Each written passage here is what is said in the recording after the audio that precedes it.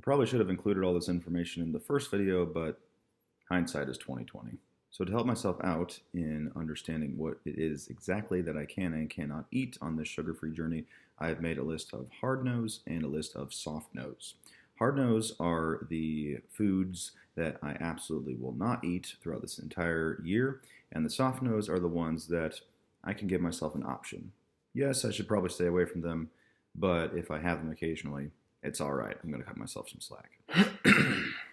Man. So first up on the hard nose is any and all candy. This one's pretty obvious, of course, but it's going to be hard to say goodbye to my Skittles. Second is any and all kinds of baked goods. These are the kinds of delicious delectables that you might see in any given Walmart. Little Debbie snacks, I shall miss thee. Number 3 in the list of hard nose is any and all mainstream sodas.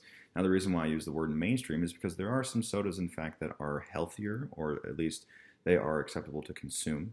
And so I might be using those as a substitute. But, you know, any kind of Coke, Mountain Dew, Dr. Pepper, you know, anything that comes to mind when you think of soda, that's a hard no. And pro tip, if you're trying to be healthier at all, I would highly recommend that you at least cut out any kind of sugary drinks. Soda is literally one of the worst things that you can put in your body. So if you're looking to be sugar-free in any kind of way, honestly, getting soda out is a great start. Number 4 is any and all cereal. Now, I do realize that there are some cereals out there that are completely sugar-free, but they are very few and far between and extremely difficult to find. Even Cheerios have a little bit of sugar, so any kind of cereal is out the door. Number 5 is yogurt. This might come as a surprise to some of you, but if you look at the nutrition facts in any kind of yogurt, you would be shocked at how much sugar there is. There is essentially as much sugar in one little cup of Yoplait key lime pie as there is in a Snickers bar. Or if it's not a Snickers bar, then it's some kind of candy bar. So you're essentially eating a candy bar when you eat flavored yogurt. So yogurt is a hard no. And then lastly on the list of hard no's is any other fairly obvious sources of sugar, like granola bars or protein bars, or let me just take your pick. There's a lot of things out there that have a lot of obvious sugar in them, but we don't necessarily view them as unhealthy foods because we traditionally enjoy them for breakfast or as a snack or anything like that. So those are my hard nose. Now on to the list of soft nose. Now again, with soft nose, these are the ones that I will try to stay away from, but if I have a particular craving for them, or if they're put in front of me and they're impossible to avoid, then I'm not going to beat myself up for consuming them. And the first one on the list of soft nose is any condiment. Now, ketchup has a lot of sugar, which is one of the reasons why it tastes so good.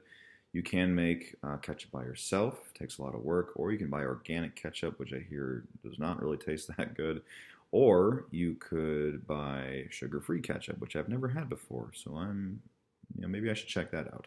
But ketchup is one of those things, along with other condiments like barbecue sauce, that have a significant amount of sugar.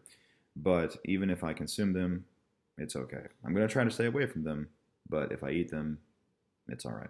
And then lastly, on the list of soft nose, it's kind of a short list, is any kind of bread. Now, my mom handmade a lot of bread growing up, which I was extremely thankful for because handmade bread is the best. But of course, it takes a ton of work. It is far more difficult to make bread than to go out to the store and buy it, you know, in some kind of bag. But pretty much any kind of bread that you see in a bag is going to have a little bit of sugar. But I stress little bit. So, you know, even if there is some sugar in there and I decide to consume it, it's all right. But the less bread with added sugar that I can eat, the better. So real quick and easy, those are the guidelines. And this is officially week 2, and I've been doing pretty well so far. I'm excited to talk about the benefits that I have experienced in other videos, but I just wanted to make this one in order to clue you guys in on the guidelines. And hopefully you agree with them. If you don't agree with them, let me know. Or if you have any other tips, please let me know because I would greatly appreciate those. Thank you so much for watching, and I look forward to giving you guys more reports.